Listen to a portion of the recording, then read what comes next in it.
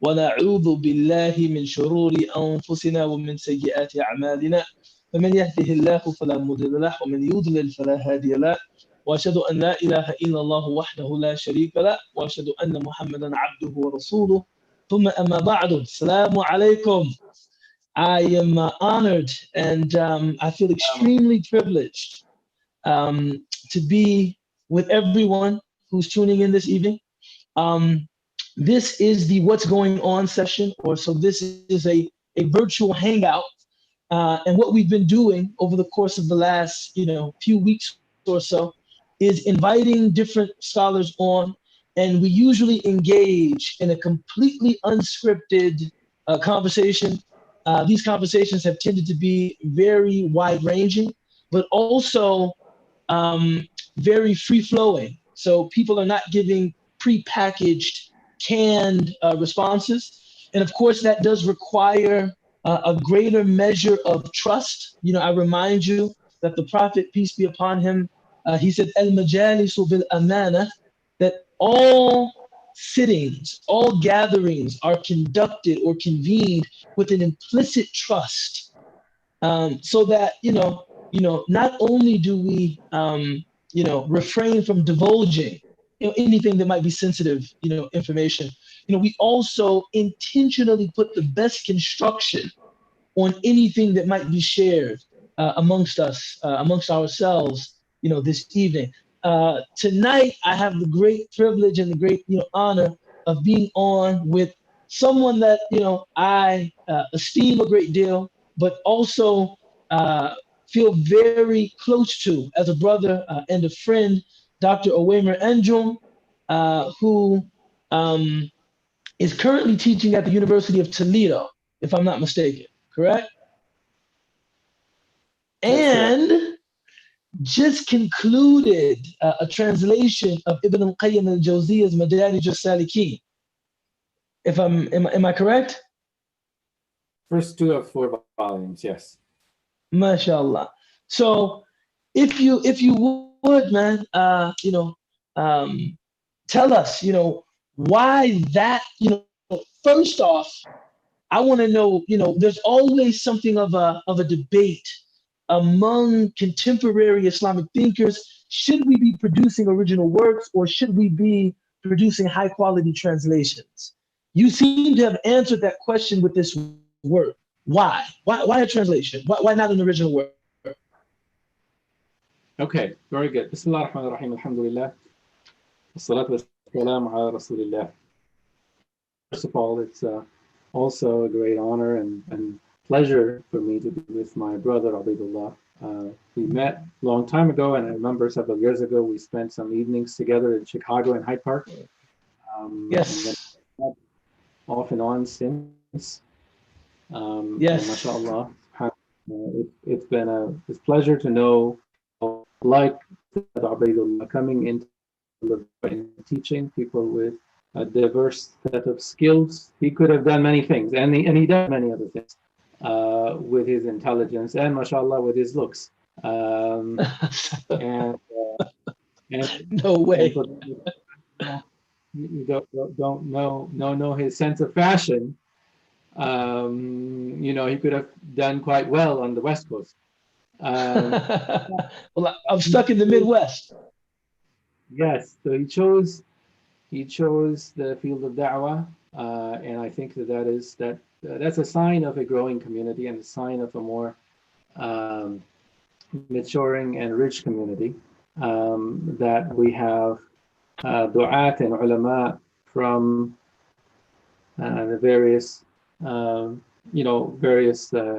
backgrounds. And one of the things that I find in my historical studies is the ulama in the times and periods in societies where the ulama are more diverse, they come from upper class, lower class, middle class, different background, different ethnicities. That is when you get a real good sort of role for the ulama in the society as mediators between people and leaders of people, socio-religious leaders of people. And that is some of the best scenarios that you get in Muslim in Islamic history.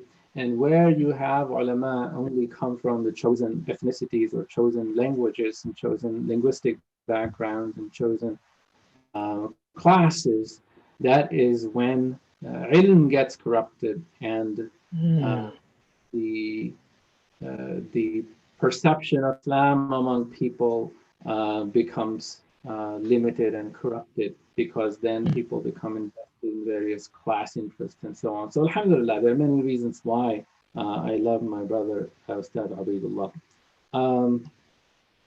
So the question about why Madarij al-Salikin, why translate such a word? First of all, Madarij al-Salikin في منازل إياك نعبد وإياك نستعين.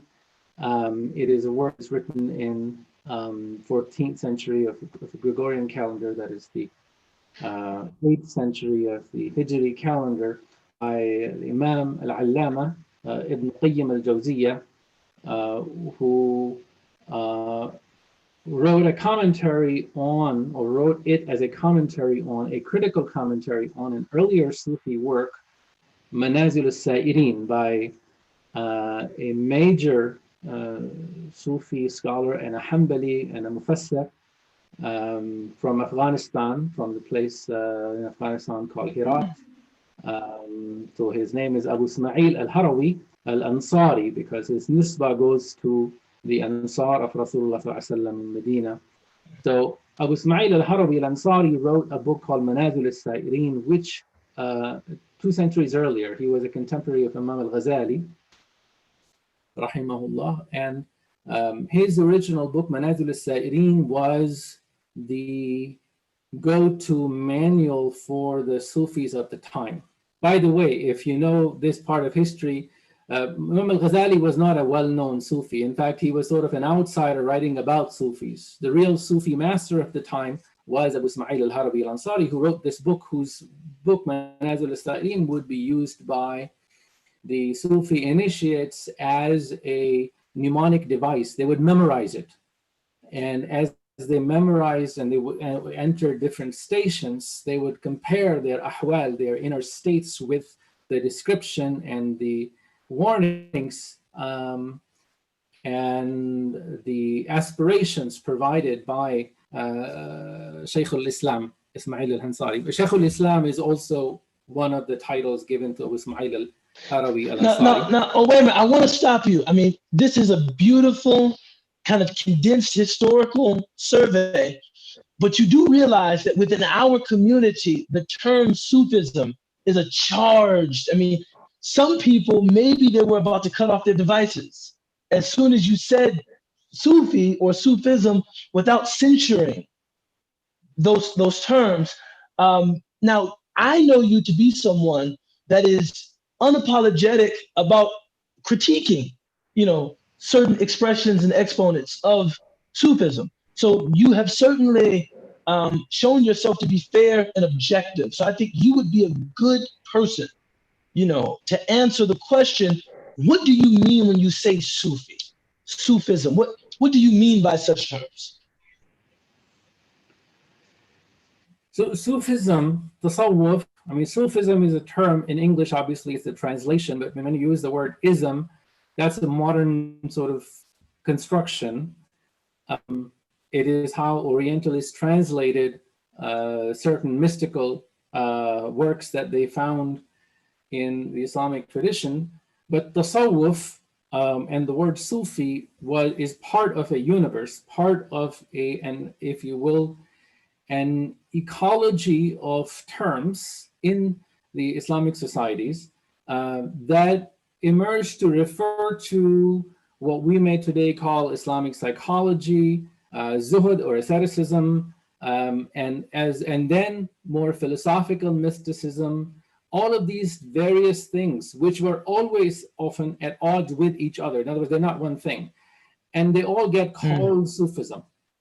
And part of the difficulty with the English language and the fact that much of our tradition is excavated through an outsider's perspective is that we can't understand our own tradition without doing a little bit of this excavation, a little bit of this genealogy of what these things mean.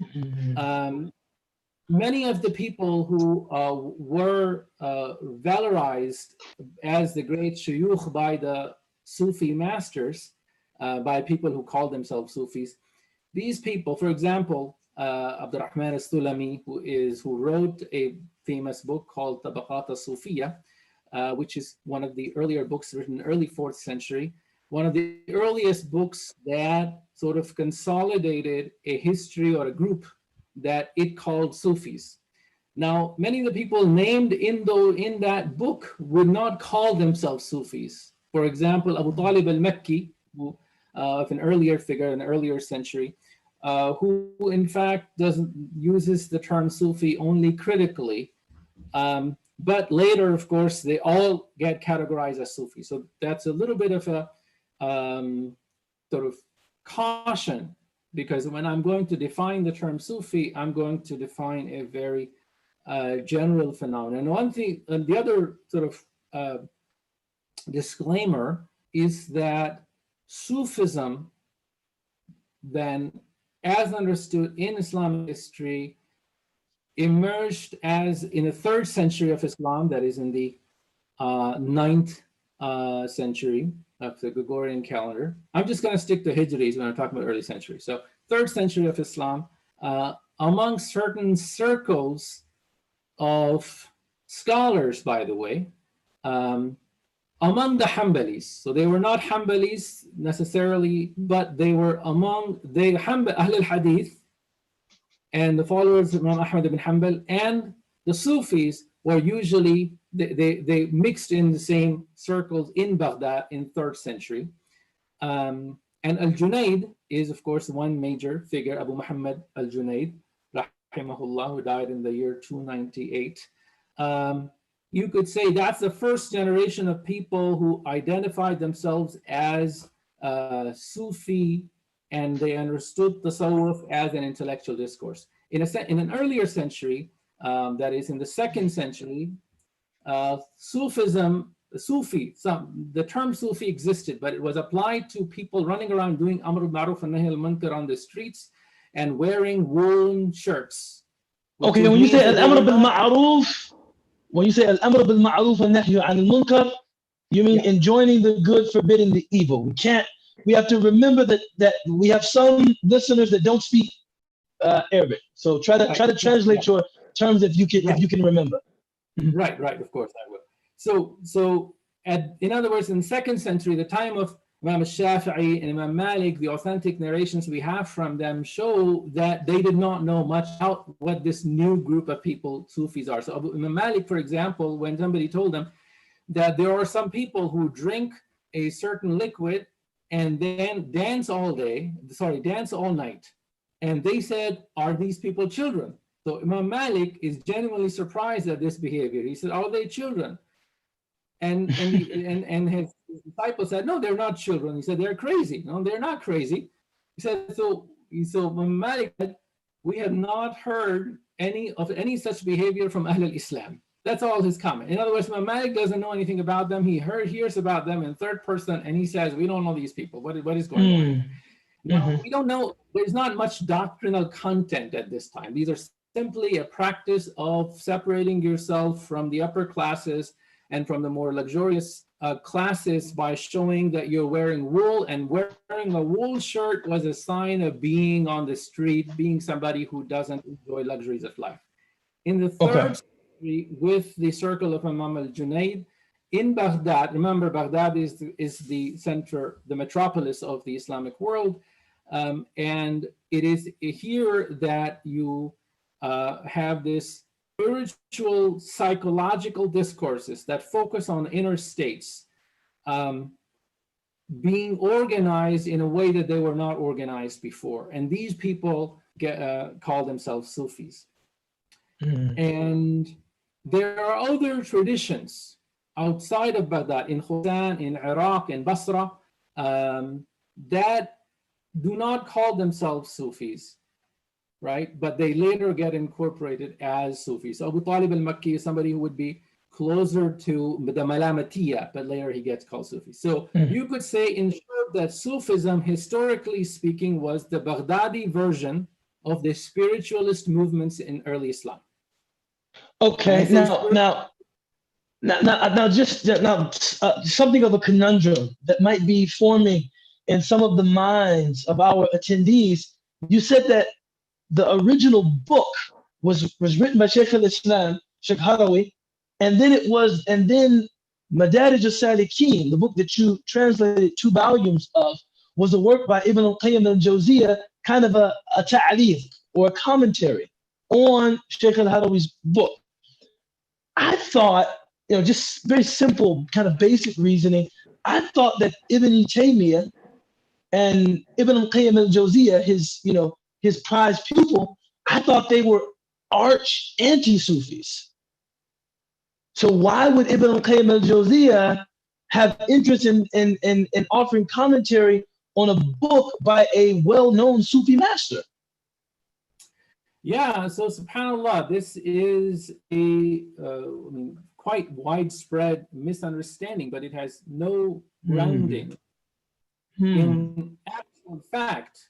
Now, Shaykh al-Islam ibn Taymiyyah was titled Shaykh al-Islam, and he was directly a teacher of, or the teacher of Imam ibn al-Qayyim, because when you read Madarij al-Salikin, you find Imam ibn Taymiyyah everywhere. In other words, even though he's writing on this tradition of tasawwuf, for him, the greatest master of this path is Ibn Taymiyyah, and usually he refers to his opinion on matters of dispute.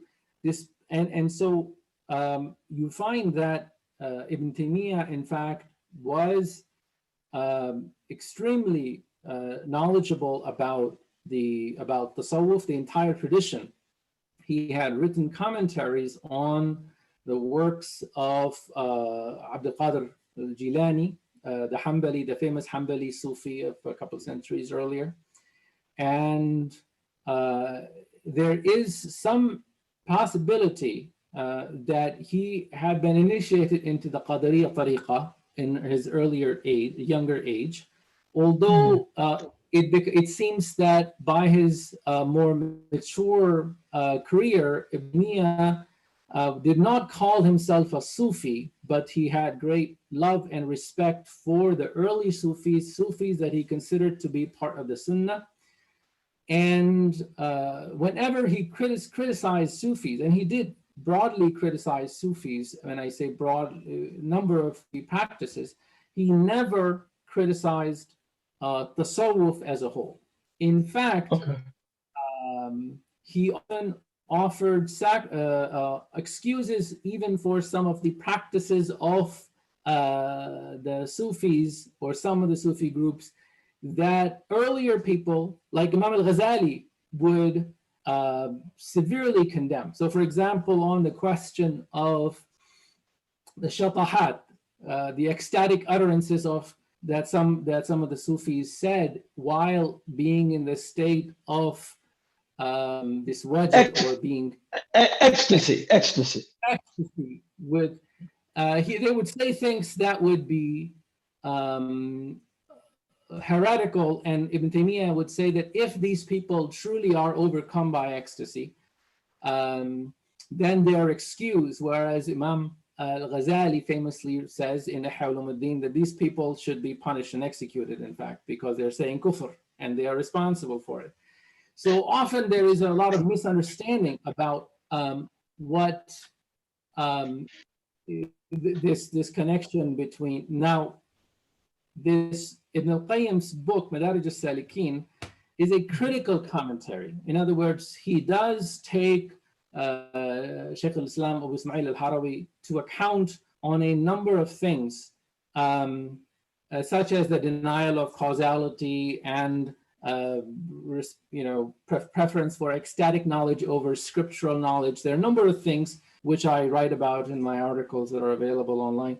But on the whole, when he criticizes Abu Ismail al-Harawi, he always does so with utmost respect. That, he says in one place that his status is so much greater than our status, and his knowledge is so much greater, and his contribution to Islam, that if it were a matter of choice for us, we would not criticize him. But he says famously, Shaykh al-Islam, Habibun ilayna walakinna al-haqqa ilayna ahab.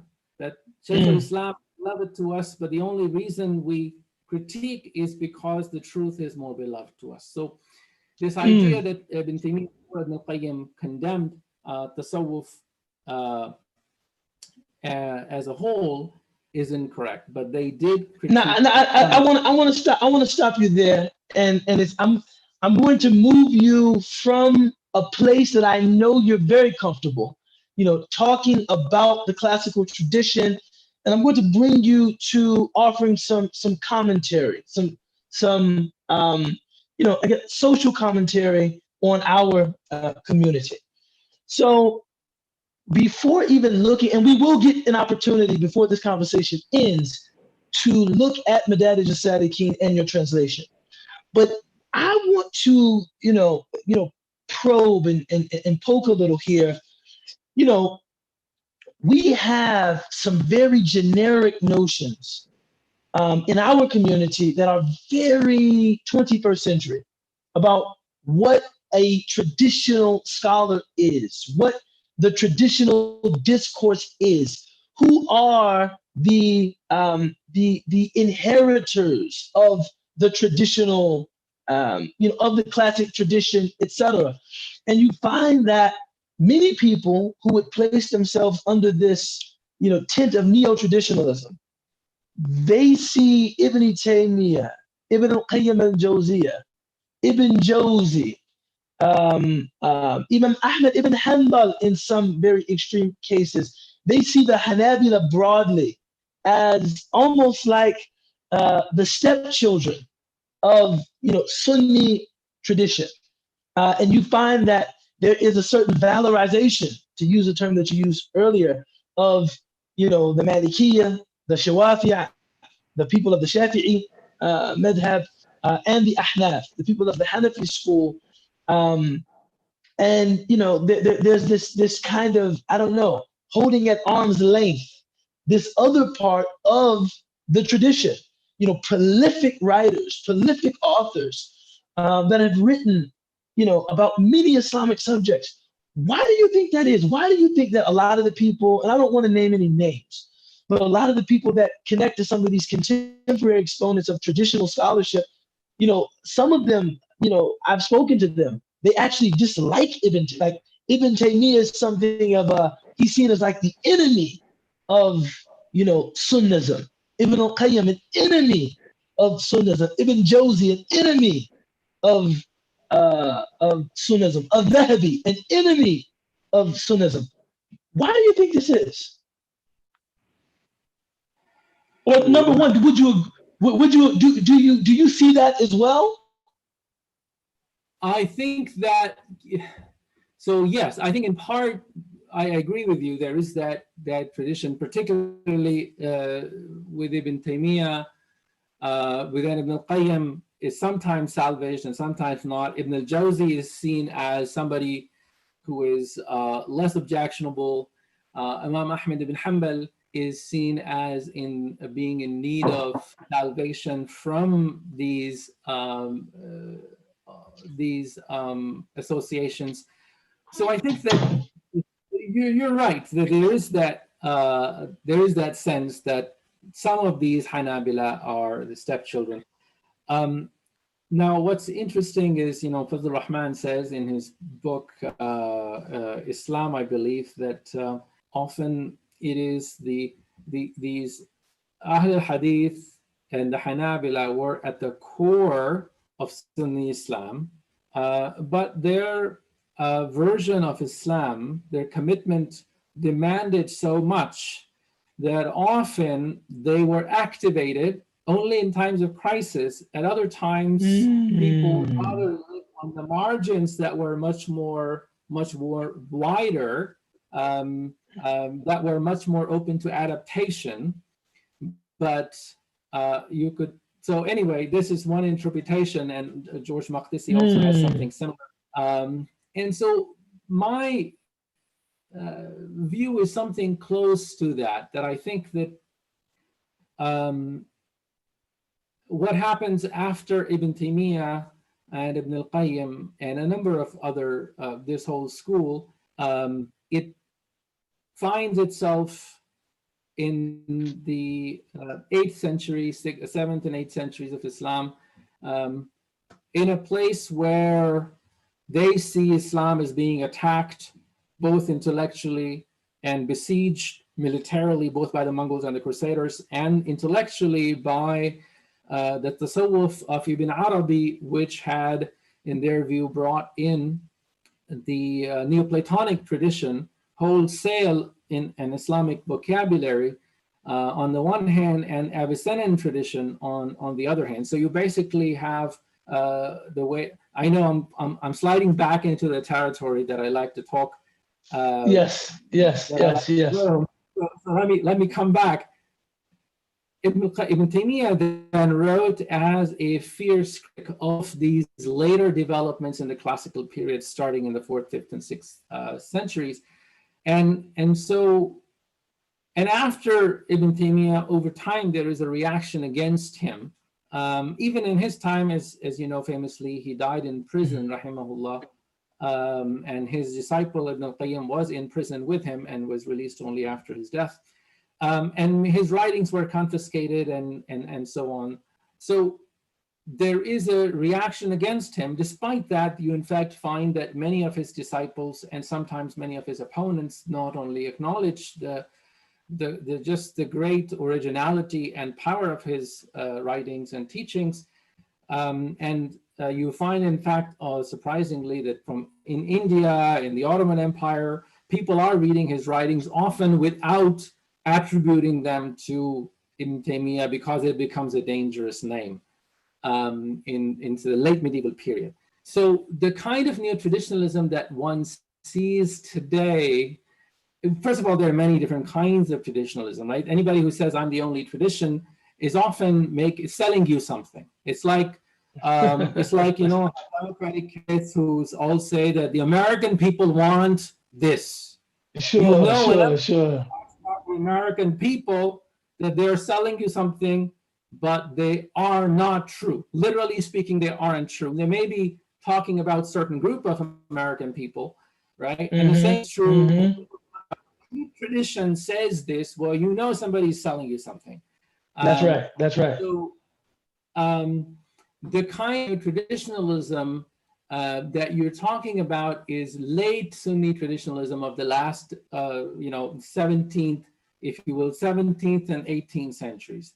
And this kind of traditionalism came directly into contact, was directly challenged by the Salafiyya of Syria, Muhammad Abdi tradition, the reformist tradition, and in many places like Egypt, you already saw that, you know, this tradition transformed and became much richer because there are reformist ulama and then the traditionalist ulama going at each other, but also finding common ground. This did not happen in Syria and Mauritania or Yemen.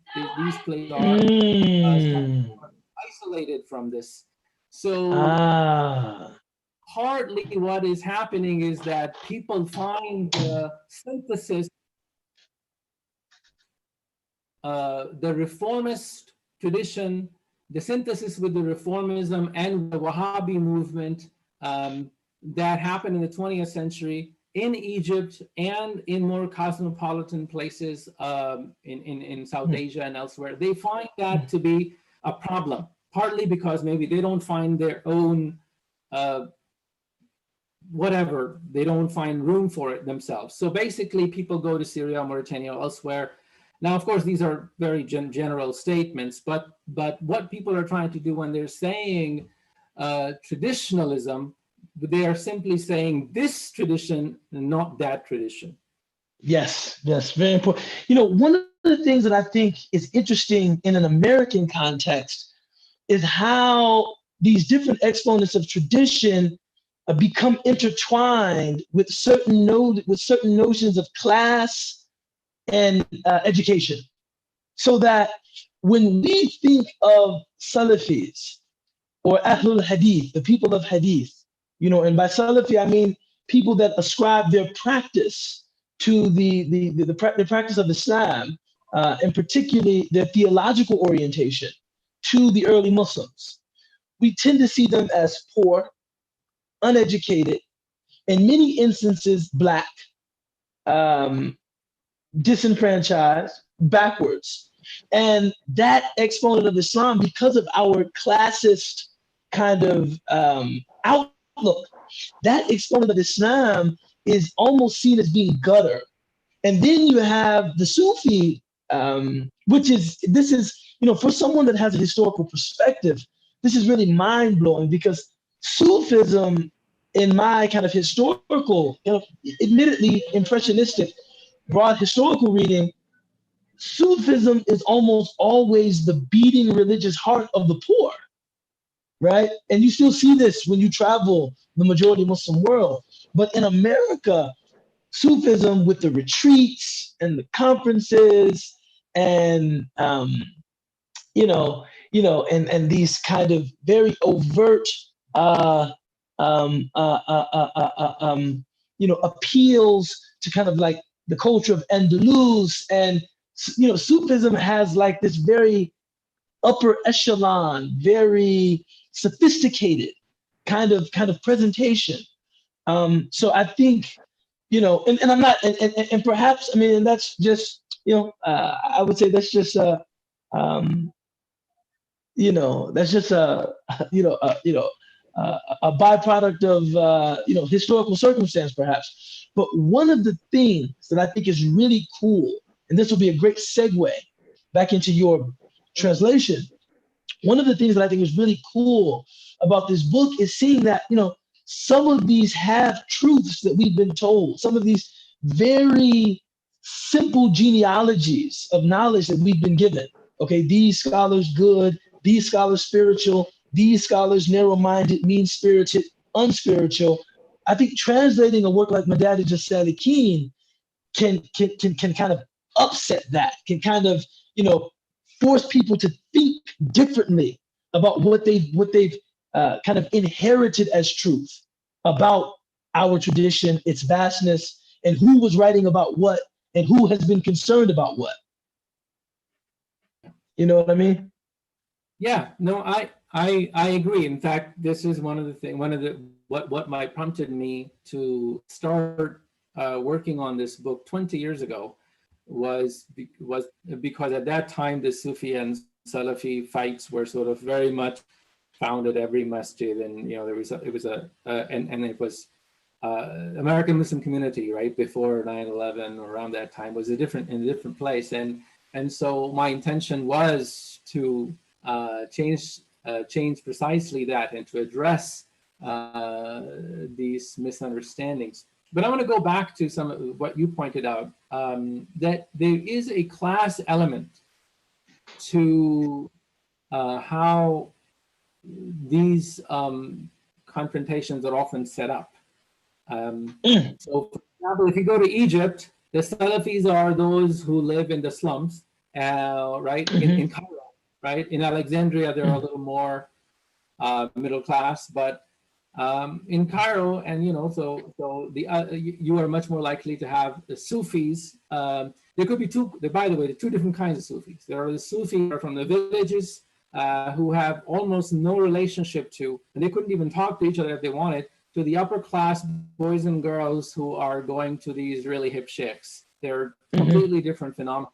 The same is true in Pakistan, for example, and other places. And these are very much sociological phenomena, right? We impose religious meaning on this, but these are sociological phenomena. It does not mean that one is necessarily bad or good. It's simply that people find their expression in different things. And sometimes people's sometimes people's bigotry shows in how they judge these things, in the terms in which they judge these things. So and there is a very profound Orientalist influence in how Muslims have understood Islam, not for the last 20 years, but for the last 150 years. And so that one of the reasons why Sufism is understood this way is because when more sophisticated, so when white people, essentially, the colonial class some among them found attractive expression of their own need. Again, they're running away from the crass materialism that is rising in the West. So they go to the East looking for spirituality. They're not looking for God's message. They're not looking for what Muhammad sallallahu alaihi wasallam. What they're looking for is running away from materialism. So what they look for is not somebody who will tell them how to put your house in order and how to discipline your children and how to, take care of it. They're looking for what to do when I am alone in my beautiful house and I have everything and I'm feeling lonely. I want to read.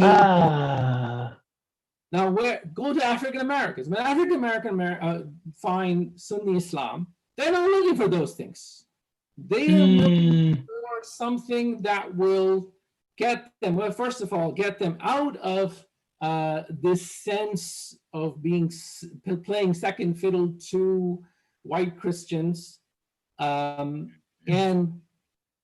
give them, if you will, they are much more intensely, God, tell us what to do. Right? And we're not interested in various schools talking about different opinions. We want the thing, right? The real thing here and now. And often they're coming from Protestant background, so they want scripture. So they are gravitating toward Salafism. And so, you have these sociological phenomena still. And one of the reasons why we're seeing rise of tasawwuf is not any kind of great spiritual or intellectual argument, but because after 9/11, American government decided that Sufism was good and Salafism was bad. And that's something that's gonna go away. And hopefully the playing field is going to be once again more level over time. But these imperial projects, of course, do have their effect. After 9/11, the RAND Corporation published this famous study called Civil Democratic Islam, where they in fact named people that are good Muslims and groups that are bad Muslims. And, the Tablighis are somewhere here, the Yobandis are pretty close to bad. And upper class Muslims tend to gravitate toward mere spirituality, right? That kind of thing. And those people we can work with. So these were signals that Muslims read from the mainstream society and sort of rethought who they were. And you find this, phenomenon fairly. I mean, I appreciate those insights. There's a great sociological study by somebody. They simply looked at the titles of annual ISNA conferences, from like Justice for Mankind to basically taking over the world for Islam and brotherhood to care for the environment, or how can we become better American Muslims, to stuff like that. So wow. Just look at that, and it was quite remarkable, eye-opening for me. I mean, I know all of these things, but somebody put it that way. Like, well, you can almost plot the political events to the Muslim sort of self-expression in America. I mean, we live in the Golden Beast. It's not a surprise. Sure. Wow. I've never heard it expressed, like the correlation expressed so clearly. Now, all of that being said, we're talking about kind of the tradition. We're talking about some of the contemporary, reality in terms of, how, our self-understanding. I want you to talk for a moment about why you think a book like this is important. Number one, in your, vocation as an academician, why this is important. Why is this book important? The book has been translated, but why you felt there was a need for another translation. And then secondly, for our community in this moment, what does the discourse of spiritual psychology or Islamic psychology, or I'm reluctant to use the term spirituality because it's such a loaded term, and I don't like agree with the compartmentalization of life into the material, the spiritual. But why is a work like this, dealing with internal states, sincerity, the book is called Madarij Salikin, ranks of those journeying to God, ranks of those traveling to God, right? There are different levels, there are ranks. In this moment, where we are now, COVID, all kinds of human rights abuses taking place in the Muslim world, civil unrest in America, what might the relevance of a book like this be? So subhanAllah, first of all, Muslims have never doubted that all good or all bad, all good and all evil starts from the heart, starts from the niyyah, it starts from what is within us. Both within us in terms of our connection to Allah subhanahu wa ta'ala, and our connection to each other in our akhlaq. And Allah subhanahu wa ta'ala says in the Quran, إِنَّ اللَّهَ لَا يُغَيِّرُ مَا بِقَوْمٍ حَتَّى يُغَيِّرُ مَا بِأَنفُسِهِمْ. And so Allah will not change the state of a people, the condition of a people, unless they change what is within them, and by which we can understand two things: what is within them, that is within their souls, and also what is within them, as in what is between them. In other words, how they treat each other.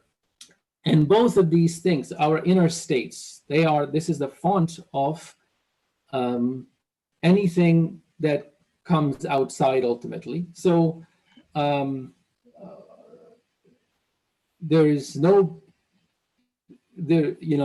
are books of fiqh and books of siyasa and other things that I work on, that books of fiqh, meaning books of law, books of politics, books right, of exactly. Right. Mm-hmm. That all have a season. There is a place and time for that, but there is the kind of discourse that is always relevant for each one of us all the time, and that is our relationship to Allah subhanahu wa ta'ala. So that's the most important thing. Our ihsan, the beautification of our relationship to Allah subhanahu wa ta'ala, so that when we worship Allah, we don't do it merely as a wrapper, but rather we bring within our heart substance that is beautiful as a gift that we are presenting, or rather as a presentation to Allah subhanahu wa ta'ala.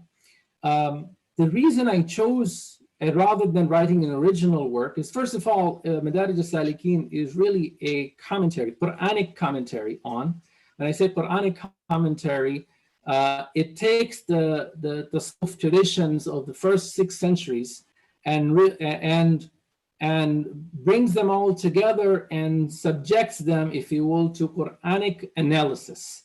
And this is why it is such an invaluable work, because what Ibn al-Qayyim intended to do was to refound some aspects of tasawwuf, that is, re-establish the aspects of tasawwuf that he believed had been established on shaky foundations, or had been misunderstood or misconstrued.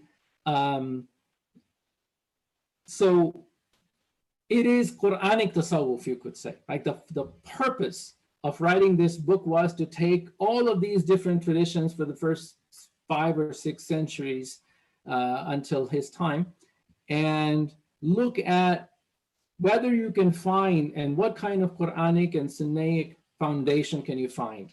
And it's the other thing that is a great merit of the text, that it's a very generous text, interpretively, hermeneutically. It is a very charitable text. So it tries to find the best possible interpretation of sometimes things that even a typical Shara'i Sufi, mainstream Sufi today would say, well, that's just not good, not okay.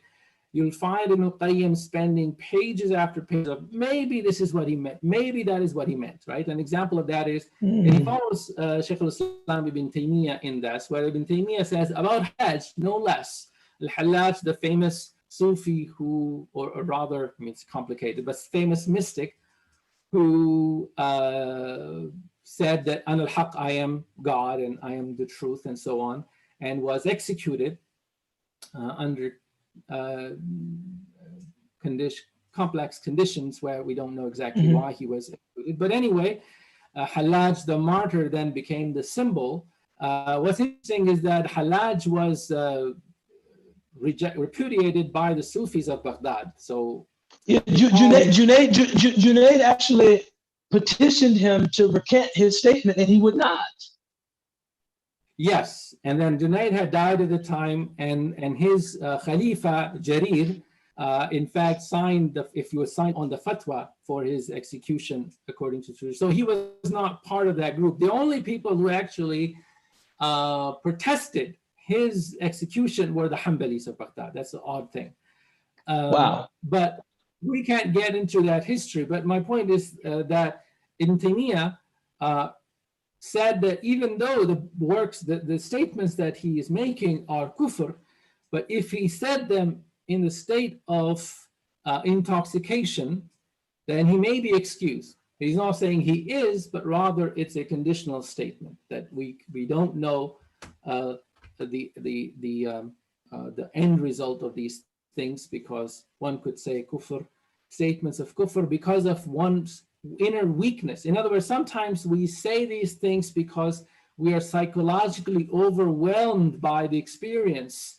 And unlike the Sahaba and the Prophet, who are strong enough as believers and as men to have their both ilm and ma'rifah together and subjugate, if you by ilm you mean knowledge, and by ma'rifah you mean experiential knowledge.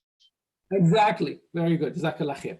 So this distinction of ilm and ma'rifah, of course, a later product, but by this time this was made. In the Quran there is no such distinction. So what Ibn Taymiyyah says, and then Ibn al-Qayyim follows with this line of thought and then develops it much further, is that sometimes people are psychologically weak or perhaps conceptually weak. And so they interpret their experiences, which may be truly devout experiences, right? And one should not belittle those devout experiences of spiritual hal with Allah subhanahu wa ta'ala. In fact, we only wish we had more of them. But once you have them, you may very easily be fooled by them if you do not have the proper knowledge or the proper strength of iman and character. And so you may think that Allah directly spoke to you and may say something that goes against the Sharia of Muhammad sallallahu alaihi wasallam. And there were many people who in fact were saying precisely that. People would say, the famous Sufi saying among some Sufi circles was that those whom Allah considers unworthy of our knowledge, our ma'rifah, He busies them with the knowledge of the scripture. So it's Quran and Sunnah. So basically, this is the cover, and we are the real thing. So this is Sharia versus Haqiqah. And in Madarij al-Salikin's basic purpose was to say, no, Sharia is the Haqiqah. This separation is impossible.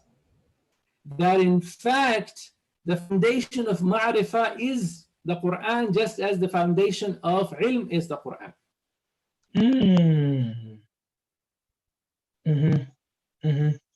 No, it's very, now my last thing, because we're running out of time, and I know I'm going to get scolded later because this conversation, I think some might perceive it as a little bit recondite, by which I mean you have to have some background knowledge before you can, really appreciate some of the exchange. But in our effort as ALIM to, demonstrate great respect for our students, we want to expose them to a considerable level of discourse. So I make no apologies about the fact that you are a scholar and you speak like a scholar. However, closing out on a note that I hope will maybe answer some questions and address some practical concerns for people that might be listening. What do you say to people who say Madadi Jasad Keen is another instance of a do-it-yourself kind of tezkiah, when what we really need in this moment spiritually is we need people. We need to pledge our apprenticeship, our allegiance to people that can take us by the hand and help us to, purify our souls and rectify our inward conditions. And that for them is found in kind of institutional tariqah tasawwuf, right? Whereas this seems like a kind of do-it-yourself manual, and that is in and of itself something that is inherently flawed. Number one, would you agree with that characterization? Number two, do you feel that approach is inherently flawed? The short answer is no, I do not agree with this. SubhanAllah, there is nothing in our tradition that would suggest that this is an either-or problem. That in fact, in my view, sociality, being part of a group of people, brothers and sisters, including a possibility of tariqah, is a great blessing if you can find one. But even while you're in it, there are two needs. For your murshid, whoever is directing you to know this stuff, and they will benefit from the book, and for you to know and to hold your murshid accountable. Because one thing we certainly do not have in Islam is someone holding the key to your salvation and telling you, in other words, this very book, among other books, can be the means by which you belong to and what you work through in your circle of brothers and sisters and your murshid, your spiritual director, if you're fortunate enough and blessed enough to have one. The vast majority of Muslims don't have that, and I wish we could move toward communities where we have more such people. But the idea of charlatans, of corrupt spiritual directors, is very common, not only now, right? Sheikh in sheep's clothing, all that stuff, but in fact, it's throughout history, it's well known. It's not a new problem, because whenever human beings are given power, especially the kind of power that a spiritual director has, there is a possibility of corruption, there is an abuse. So you have to have that foundation of knowledge yourself. Just because you read the book, and it's 1,000 pages of him, so I'm not going to say that it's something that you can read, and it's something that you will live with rather than a book that you can read in it or two. But even if you're able to, if you read it, you're going to need a sheikh or more than one sheikhs. Preferably, I insist that have more than one sheikhs. To help you go through this, right? To rise in those ranks with Allah subhanahu wa ta'ala. So I don't see that as a zero-sum game, right? To me, both are very important.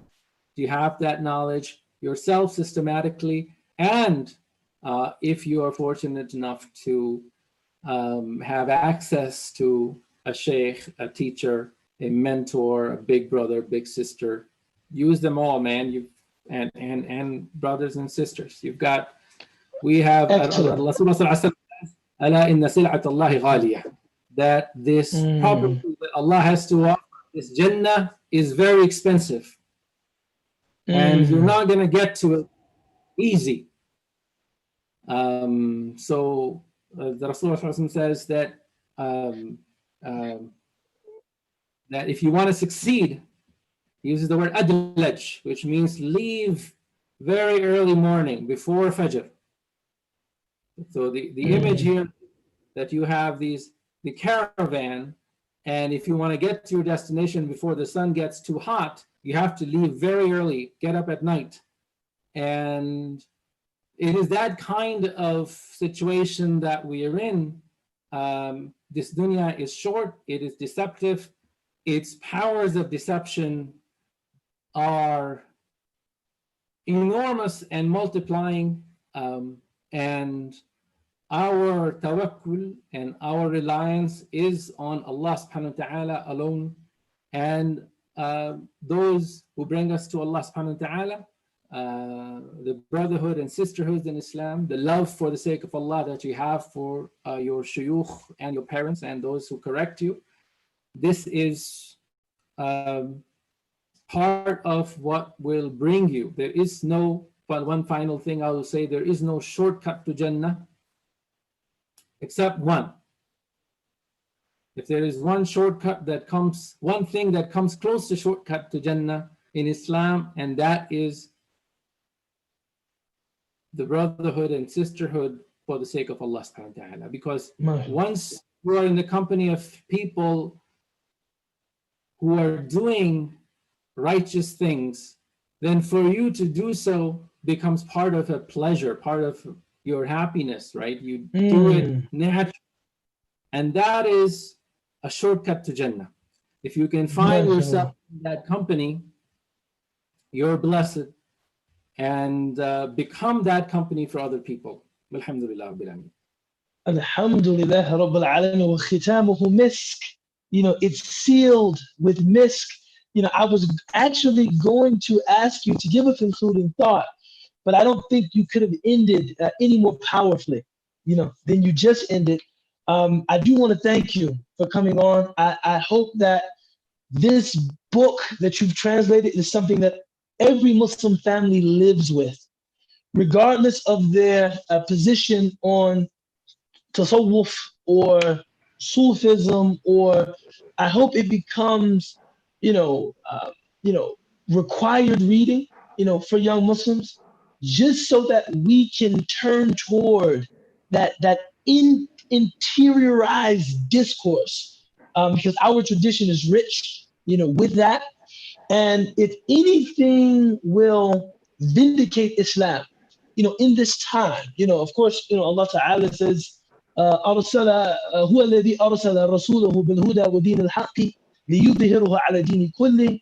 It is God that sent his messenger with guidance and the religion of truth to make it prevail over all other ways of life. And it would be, a truncation of that verse to look at that only in socio-political terms or militaristic terms. This religion prevailing is in it being able to produce the kinds of human beings that nothing else can produce. And, we owe it to the guidance that God has given us to live lives that are testaments to what this tradition is all about. I think that this text, and hopefully your translation of this text, is a book that will help us toward that purpose, God willing. Ovamir, I thank you. Please send my best to everyone in Toledo, your children, your family. Once all of this is over, I look forward to sharing some presence with you, God willing. Inshallah, we'll look forward to that. Inshallah. And all Ameen, ameen, ya Rabbil Alameen. Ameen, ameen, ya Rabb. Ameen, ya Rabbil Alameen. Inshallah. Assalamu alaikum. Alaikum salam wa rahmatullahi wa barakatuh.